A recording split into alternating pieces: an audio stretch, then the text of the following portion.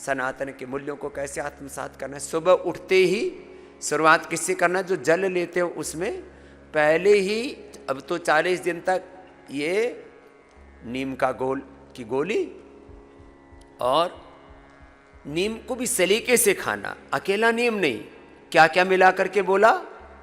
काली मिर्च, अजवाइन, जीरा, हींग मिला करके, सेंधा नमक मिला करके खाना। इसको कहते हैं अनुपान सहपान। ऊपर से पानी पी सकते हैं ऐसे, ये जरूरी नहीं जैसे हम उसको सटक रहे थे, खा रहे थे, गटक रहे थे ऐसे। गोधन अर्क अकेला न पिया जाए तो किसके साथ ले लेना? शहद के साथ। सुबह सुबह ये काम करना। अब हमको तो आपके सामने ये सब थोड़ा सिखाना था, पूज्य स्वामी गुरुशानंद जी की भाषा में बोले तो हमको तो ये नाटक करना था, इसलिए सुबह सुबह ये सब करके दिखाया। पहले उठते ही तो वो करना, फिर क्या करना? फिर ये गोघृत पान और ये नारियल, ये बड़ा जबरदस्त है भैया। देखो हर चीज आजकल किस में आ रही है? प्लास्टिक में। हमको भी मजबूरी में उन्हीं में करना पड़ रहा है। होना तो चाहिए हर चीज कांच की बोतल में आए, लेकिन ये सब करें तो कम से कम 20% तो कीमत बढ़ जाए तुरंत ही, 20 से 25%। टूट फूट और बढ़ जाए तो पता लगा मामला 100 रुपए की चीज 150 में पहुंचने लग गई। बड़ा मुश्किल है। अब तो पूरी दुनिया में पानी भी कांच की बोतल में। तो ये खाया करो, ये मक्खन जैसा लगता है।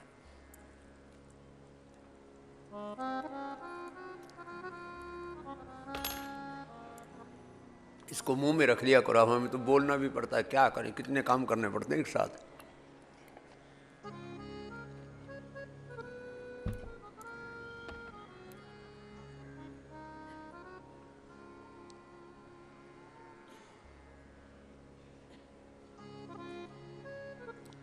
स्वाद बहुत अच्छा रहता है इसका, जैसे मक्खन खा रहे हो ना। और ये मक्खन ही है, कच्चे नारियल की गिरी को मथ करके तैयार किया जाता है। इसको बोलते हैं ऑर्गेनिक वर्जिन कोकोनट ऑयल। ऊपर से फिर एक चुटकी सेंधा नमक।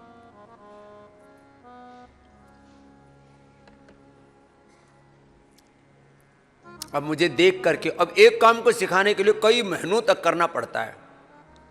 लाखों लोगों ने सुबह उठ करके एक घृतपान और तेलपान शुरू कर दिया है। 100 साल तक एकदम टनाटन रहने वाले हैं। नहीं तो उम्र बढ़ते ही दिमाग सिकुड़ने लग रहा है लोगों को, पार्किंसन, अल्जाइमर, डिमेंशिया और ये सब बहुत हो रहा है। छोटे छोटे बच्चों को स्ट्रेस, एंजाइटी, डिप्रेशन हो रहा है। फिर शरीर की चमड़ी सिकुड़ने लगती है, फिर हड्डियां सब कीर्तन करने लगती हैं, खटर पटर, नट बोल्ट ढीले हो जाते हैं, चेचिस ढीला हो जाता है। फिर बाबा जी, मैं देखता हूँ 60 साल के, मेरी उम्र के ना, मेरे बापू जैसे लगे। अब मैं उसको बोल, हाँ जी बाबू जी।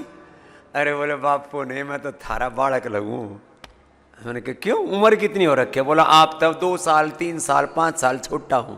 मैंने कहा फिर तेरा हुलिया क्यों खराब हो रखा है? बोला आपकी माननी को नहीं, आपकी सुनी नहीं। मैंने कहा आप तो सुन ले बावड़े। तो सुबह सुबह क्या करना? गोधन, अर्क का पान, नींबू पान और आंवला, एलोवेरा, गिलोय आदि अपने जो भी, जिसको जो रोग है ना उसके अनुसार काढ़ा कषाय ले लेना। सुबह नाश्ता बंद करा दिया मैंने, सन्यासियों का नाश्ता बंद करा दिया, बहनों का भी नाश्ता बंद करा दिया। सुबह सुबह नाश्ता नहीं देते हम। यही सब चीजें प्रयोग में कर। दोपहर का एक बार का भोजन, शाम को फलाहार या खिचड़ी, ऐसे कोई बीमार होने का प्रश्न ही नहीं। अरे सब साधु संत महात्मा तो एकाहारी होते थे सदा पहले। एक भुक्तम सदा आरोग्यम, ऐसे एक बार खाओ। फिर जो जिसको रोग है ना सुबह सुबह खा लो। ये इम्यूनोग्रिड गोल्ड, करक्यूमिन गोल्ड, स्वर्ण शिलाजीत और किसी भी प्रकार के विटामिन्स की कमी ना रहे, इसलिए न्यूट्रेला डेली एक्टिव। इससे भी बीमारियां बहुत होती हैं। तो हमने तो ये रोज की दिनचर्या ही बना ली, एक एक लेकर के और इसको सुबह सुबह ही ऐसे खा लो।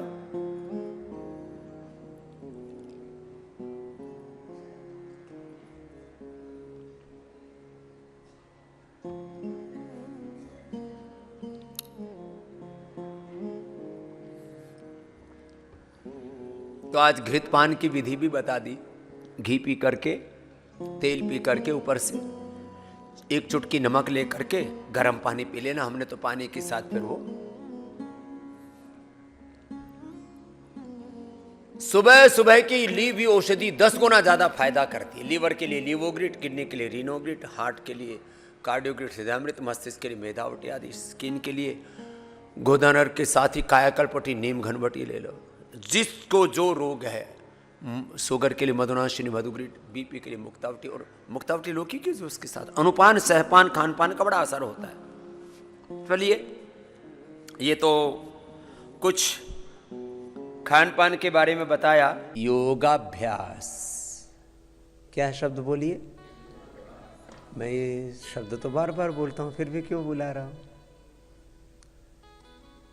योग का अभ्यास करने पर सारे अभ्यास हमारे परिष्कृत हो जाते हैं। योग का श्रद्धा पूर्वक किया हुआ अभ्यास सारे अभ्यासों को सात्विक बना देता है, दिव्य बना देता है।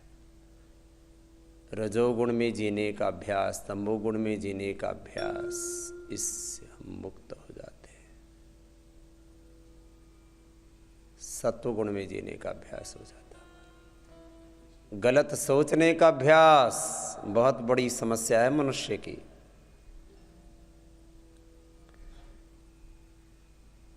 गलत सुनने का अभ्यास,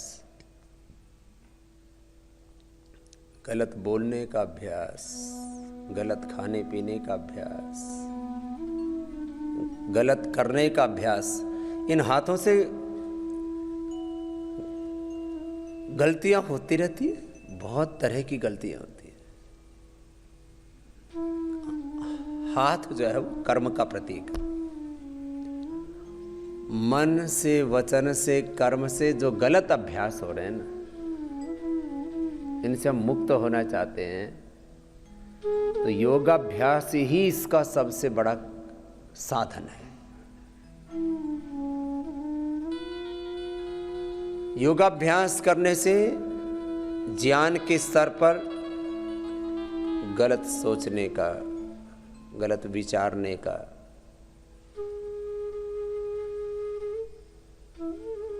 संवेदनाओं के स्तर पर गलत भावनाओं में जीने का अभ्यास,